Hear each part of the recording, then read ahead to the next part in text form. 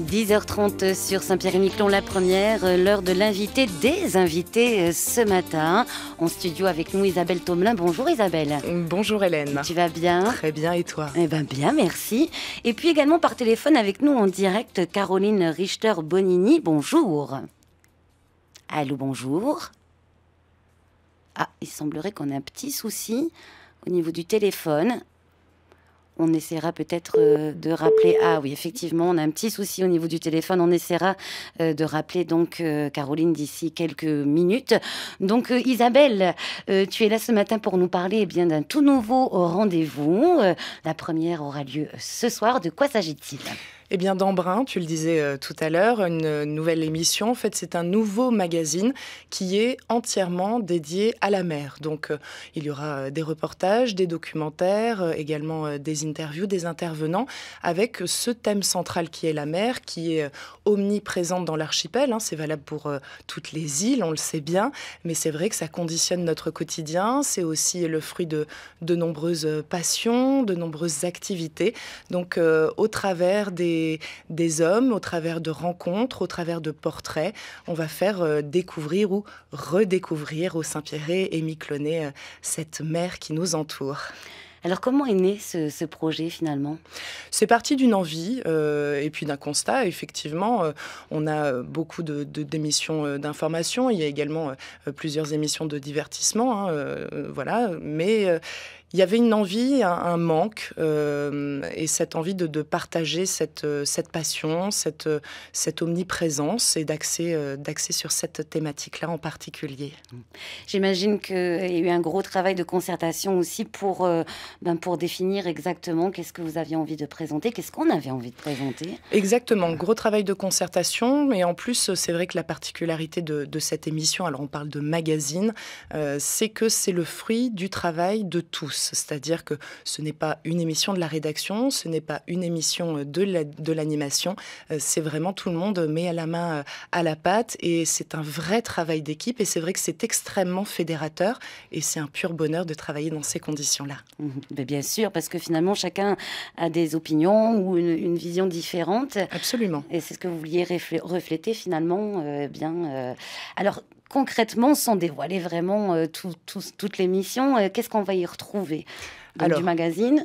Exactement, des magazines. Alors, il y a une bande-annonce qui est diffusée sur nos antennes et nos ondes. On aura, par exemple, ce soir, un documentaire de 26 minutes qui est focalisé sur un portrait de famille, la famille d'Etcheverry à Miquelon, qui perpétue de génération en génération une tradition, celle de la pêche artisanale, en l'occurrence la pêche au homard. Et donc, ils vont nous embarquer dans leur quotidien, nous raconter un petit peu les difficultés qu'ils rencontrent, l'importance justement de cette transmission de père en fils. Voilà, donc vivre un petit peu ce qu'ils vivent eux. C'était important cet aspect humain des choses. Oui. C'est vraiment ce qu'on veut faire ressortir dans chacun de nos reportages ou de nos documentaires. On aura également un sujet qui porte sur les épaves. Il y en a de très nombreuses autour de nos côtes, voilà. Et il y a toujours une part de mystère. Il y a quelque chose, voilà, toujours un peu intéressant de raconter ces histoires-là qui racontent notre passé, mais qui sont actuelles, puisqu'il y a quelques semaines maintenant, une épave est apparue le long des côtes de l'Anglade, et c'est vrai qu'elles apparaissent et disparaissent. Il y a un petit côté un petit peu magique au gré des marées. On aura également une immersion à 40 mètres de profondeur avec le club de plongée. Voilà, l'univers sous-marin est toujours fascinant. Tout le monde ne peut pas y aller. Personnellement, étant phobique, oui.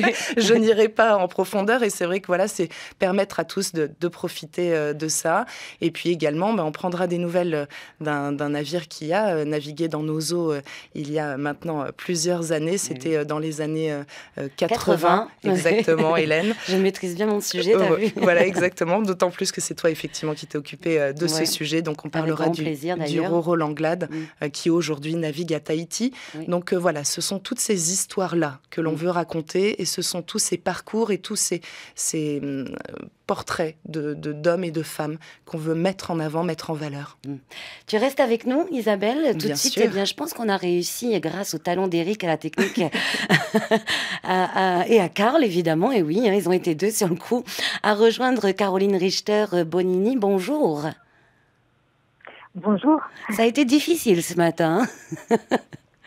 Je suis désolée, oui. Mais non, c'est les liaisons. Parce que j'étais en mer, oui. Mais je suis arrivée à Oui. Alors, vous êtes bien avec nous, hein? Je crois que, malheureusement, on a reperdu Caroline. Je suis là, oui, je vous entends bien. Ok, super. Alors, Caroline, on vous présente, vous êtes réalisatrice. Alors, au départ, je suis productrice et j'ai réalisé mon premier film, qui est le film que vous allez diffuser ce soir. Donc, l'été dernier, le long des côtes de Terre-Neuve et à Saint-Pierre-et-Miquelon. Alors voilà, un documentaire donc qui s'intitule Indianoak. Est-ce que je le dis bien depuis ce matin? C'est tout à fait ça, Indianoak, dans le sillage de notre histoire. Voilà. Alors comment est né ce projet? Au départ, c'est une rencontre de rameurs, puisque moi je rame également, mais sur banc mobile, donc ce qu'on appelle l'aviron classique. Et je rame à Paris et j'ai rencontré des rameurs basques qui rament sur une traînière que vous connaissez maintenant très bien à Saint-Pierre-et-Miquelon, mais que le reste de la France connaît très mal. Oui. Puisqu'on rame plutôt sur ce genre d'embarcation Pays Basque côté sud, c'est-à-dire de l'autre côté de la frontière, côté espagnol. Et au-delà de Bayonne, peu de gens connaissaient ce type d'embarcation. Et donc, ils m'ont fait part de leur projet de 400 km dans les eaux de Terre-Neuve et jusqu'à Saint-Pierre-et-Miquelon, avec tout l'aspect historique, culturel qu'ils y voyaient. Et j'ai embarqué dans l'histoire avec un vrai coup de cœur. Et eux m'ont fait confiance, m'ont dit, écoute, si tu t'y intéresses, si tu écris une histoire, si tu as compris ce qu'on avait envie de faire au-delà du défi sportif, viens le réaliser avec nous. Et puis je l'ai écrit, je l'ai proposé à Saint-Pierre-et-Miquelon première. Et j'ai envie de dire que c'est grâce à vous. C'est vous qui m'avez fait confiance pour réaliser mon premier film. Donc j'espère que j'aurai été à la hauteur. Un sujet, on a l'impression, qui vous a passionné tout de suite. Oui, qui m'a passionnée tout de suite parce qu'au-delà de la rame, j'ai tout de suite vu l'ampleur de ce qu'on pouvait raconter. Et que pour moi, un film a d'abord vocation à élever la curiosité. Parce qu'en 52 minutes, à part de grands réalisateurs, mais je veux dire, surtout quand on commence, on ne peut pas avoir l'ambition de faire découvrir, raconter toute l'histoire, ni de Saint-Pierre, ni des Basques, mais par contre de donner quelques petites clés pour que les gens, une fois qu'ils ont éteint leur télé, aient envie d'en chercher un peu plus. Voilà, c'était l'objectif. Mmh. Au niveau du tournage, je crois que les contacts humains ont été très faciles et que ça s'est très bien passé. Oui, mais pour une raison d'abord essentielle, c'est parce que j'avais à mes côtés une équipe de Saint-Pierre-et-Miquelon et je pense que sans eux, ça ne se serait pas passé comme ça. Ça a été un contact précieux humain parce que les Saint-Pyrénéens connaissent bien Terre-Neuve, parce qu'ils avaient des connaissances donc du terrain, des compétences techniques et physiques, que ce soit pour Frédéric ou Yannick. Un rapport humain qui était un lien important avec le reste de l'équipe qui nous accueille de Saint-Pierre-et-Miquelon, l'équipe technique, l'équipe de sécurité, et qui avait déjà fort à faire avec les rameurs et qui nous ont permis de faire ce film en nous prenant à bord de leurs embarcations, en facilitant effectivement les contacts. Et voilà, un film, c'est vraiment un travail d'équipe. Le réalisateur est juste un maillon parmi les autres. Et oui, ça a été très très fort. Alors, les téléspectateurs vont pouvoir découvrir ce documentaire ce soir. À quoi est-ce qu'on peut s'attendre? Ouf. Alors là, je sais pas. Très bonne question. J'espère un bon moment. Voilà, vraiment un moment où moi, les seuls retours que j'en ai eu pour l'instant, c'est que je l'ai présenté dans des festivals. Tout d'abord, je l'ai présenté aux rameurs eux-mêmes. Donc, j'ai eu un retour, j'espère, sincère et objectif, qui était assez touchant. Quelques Saint-Pierre-et-Miquelonais ont eu j'espère la joie. Ont eu, comment dire, la possibilité de le voir parce que je l'ai présenté à Montréal et à Saint-John, à Terre-Neuve, il y a 15 jours. Et visiblement, ça leur a plu. Après, je sais pas. C'est spectateur d'en juger. Qu'est-ce que vous, Je pense que ça révélera... Pardon, non. Allez-y. Non, je disais, ce que j'espère, c'est que les Saint-Pierrais Miquelonais verront tout ce que les bases qu'on peut y mettre, chacun à leur niveau, parce que tout cet équipage, était composé de personnages très différents. Certains venaient pour le défi sportif, d'autres venaient pour venir sur les traces de leurs ancêtres qui avaient pêché dans les eaux de Terre-Neuve. D'autres venaient pour la rencontre humaine, pour la rencontre culturelle. On a des cousins basques sur l'archipel. Beaucoup de gens n'avaient jamais entendu parler de Saint-Pierre-et-Miquelon, d'autres n'avaient jamais traversé de l'Atlantique. Et j'espère que le film montre un petit peu les rêves, les attentes, les fantasmes que les uns avaient avant de venir là. Et puis après, ce qui s'est noué, les liens qui se sont créés, et puis ce que ça révèle pour l'avenir, quoi. Et je pense qu'un an après, on est encore nombreux sur l'archipel et en métropole à être toujours en contact, pratiquement de manière hebdomadaire ou au moins mensuelle, et avec des projets pour l'avenir. Donc je trouve que ça, c'est... voilà. Je dirais que l'objectif pour moi est déjà rempli si le film permet aux uns et aux autres de continuer dans ce sens-là. Alors vous me disiez au téléphone hier qu'une partie de vous était restée sur notre archipel. Oui, tout à fait, parce que voilà, parce qu'on, mais il n'y a pas que moi, je pense qu'on est nombreux à ressentir ça. Moi, je vais régulièrement au Pays Basque, il n'y a pas une fois sans qu'on revive l'expédition, on revive ce qu'on a vécu avec les Saint-Pierrais. Et pour ceux que j'ai retrouvés et les Miquelonais il y a 15 jours à Saint-John, c'était comme si on s'était quitté la veille. Donc des liens d'amitié forts finalement se sont tissés aussi. Des liens d'amitié forts, et puis vraiment, parce que je pense que, sur moi, ce que j'ai ressenti, c'est de me dire que nous, en métropole, on rencontre quelqu'un, le lendemain, on fait 200 km, on rencontre d'autres gens. Enfin, moi, dans mon métier, j'arrête pas de vivre ça. Je me dis qu'à Saint-Pierre, vous voyez les gens arriver, repartir, et puis vous savez qu'ils reviendront pas demain, quoi. Donc, c'est plus compliqué peut-être de croire à une amitié dans la durée. Et je pense que cette expédition est un pied de nez à cette croyance, et que là, je pense que d'ici moins d'un an, il va y avoir des retrouvailles de part et d'autre. Oui. Isabelle Le Tommelin est avec nous dans le studio. Isabelle, peut-être une question à poser à Caroline. Oui, effectivement, Caroline, ce que je trouve intéressant dans ce que vous dites, c'est que effectivement, Indianoak, on le sait, c'est cette traînière. Donc, on parle d'artisanat, on parle de tradition, on parle d'un objet. Mais votre documentaire, c'est avant tout une aventure humaine. C'est ce qu'on cherche aussi à mettre en avant dans Embrun, ce nouveau magazine donc qui sera diffusé ce soir. Oui. Voilà, les hommes, les femmes, c'est quelque chose d'important et de central pour vous aussi, on le sent.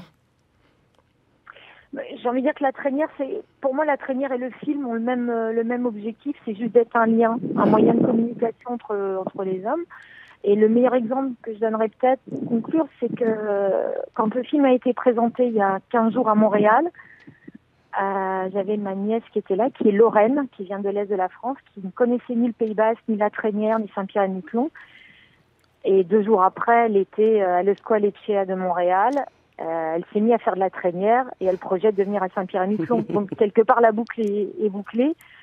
Et moi, ça me va bien. Si je peux me permettre, vous dites la boucle est bouclée. Je ne sais pas si vous le savez, mais la traînière a été récemment renommée. Elle s'appelle maintenant Balmoruac. Est-ce que ça veut dire, c'est forcément une nouvelle aventure qui va commencer, est-ce que ça vous tente justement de repartir et de refaire un sujet sur Balmoruac, cette fois-ci, après Indianoak? Alors, refaire un sujet, oui, et effectivement, quel que soit le nom de la traînière, c'est une fois de plus une continuité. Mais la question se pose, puisque je ne sais pas si la prochaine fois je serai dans la traînière en train de ramer ou si je repars sur un film. Mais pour l'anecdote, je suis actuellement en train de faire d'être sur les repérages d'un film qui part d'une histoire de rameur qui se réapproprie la Garonne en France. Et ça se passe aussi avec une personne de métropole et puis une personne qui est de l'autre côté de l'Atlantique à Montréal. Donc je sens que dans les mois, les années à venir, oui, je vais continuer les histoires de rames et de rencontres humaines. Donc ça veut dire que finalement, ce projet vous aura touché personnellement et que ça vous a inspiré finalement. Excusez-moi, je vous ai mal compris. Je vous disais qu'on sent que vous êtes attaché au sujet, que vous êtes investi personnellement et que ça a marqué quelque part votre vie, vu que vous avez envie de continuer un peu dans cette voie. Ah, complètement. Là, celui dont je vous parle, je ne vais pas le réaliser, je le produis. Mais voilà, c'est un travail main dans la main avec le réalisateur. On est ensemble sur les repérages. Et s'il m'a appelé, c'est justement parce qu'il m'a dit, voilà, j'ai envie de réaliser un film, ça part d'une histoire de rameur. Je sens que ça va te parler. Et on est toujours en Nouvelle-Aquitaine, donc pas loin du Pays Basque.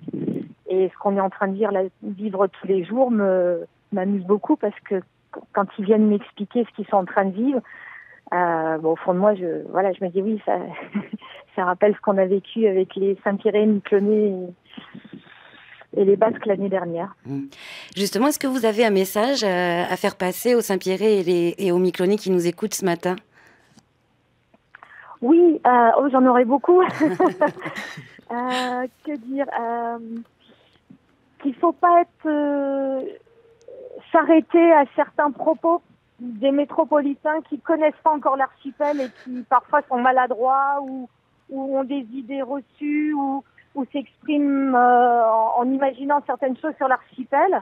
Parce qu'une fois qu'ils y sont passés, quand on les entend en parler en métropole, il n'y a pas plus beau passeur de messages pour Saint-Pierre et Miquelon parce qu'ils sont tous, autant qu'ils ont été lors de l'expédition, revenus dithyrambiques et ils invitent vraiment les uns et les autres à venir visiter l'archipel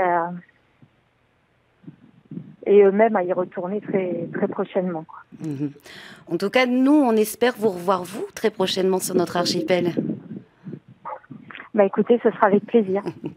Merci d'avoir repris la peine de bien nous consacrer un petit peu de temps ce matin. Et puis, on vous souhaite beaucoup de bonheur dans vos projets. Et puis, on appréciera, c'est certain, votre documentaire ce soir. Écoutez, merci infiniment à vous, à l'antenne télé et à l'antenne radio. Et j'espère que le film plaira à l'ensemble des Miquelonais, des Saint-Pierre. Sans aucun doute. Merci beaucoup, très belle journée. Très belle journée à vous, à bientôt. À bientôt. Au revoir. Au revoir. Isabelle, si tu veux bien, tu restes un petit peu avec nous. On reparle d'Embrun d'ici quelques minutes, le temps d'une chanson de Belle Rivière. La première. Isabelle Thomelin est avec nous dans notre studio ce matin. Alors Isabelle, Embrun, c'est pour ce soir. Exactement. On peut s'attendre à quoi ? J'espère que du bonheur. C'est vrai qu'on y a mis tout notre cœur, toute notre énergie. Ce sera juste après le journal. On part sur 1 heure d'émission à peu près. Et voilà, une évasion, une immersion au cœur du quotidien des Saint-Pierre et des Miquelonais. Et voilà, en espérant juste passer un bon moment et que ce soit apprécié. Ben oui, je suis certaine que ce sera apprécié. Et on rappelle donc que juste après Embrun, on va découvrir donc le documentaire de Caroline Richter-Bonini. Je te laisse dire le titre. Indianoac. Bravo Isabelle. Une belle soirée en perspective en tout cas. Ça c'est sûr. Soyez donc devant votre poste de télévision ce soir, donc à partir de 20h30, juste après le journal local. Merci Isabelle d'être venue ce matin dans le studio radio. Merci à toi de m'avoir accueillie. Et bonne journée à tous. Et bonne journée.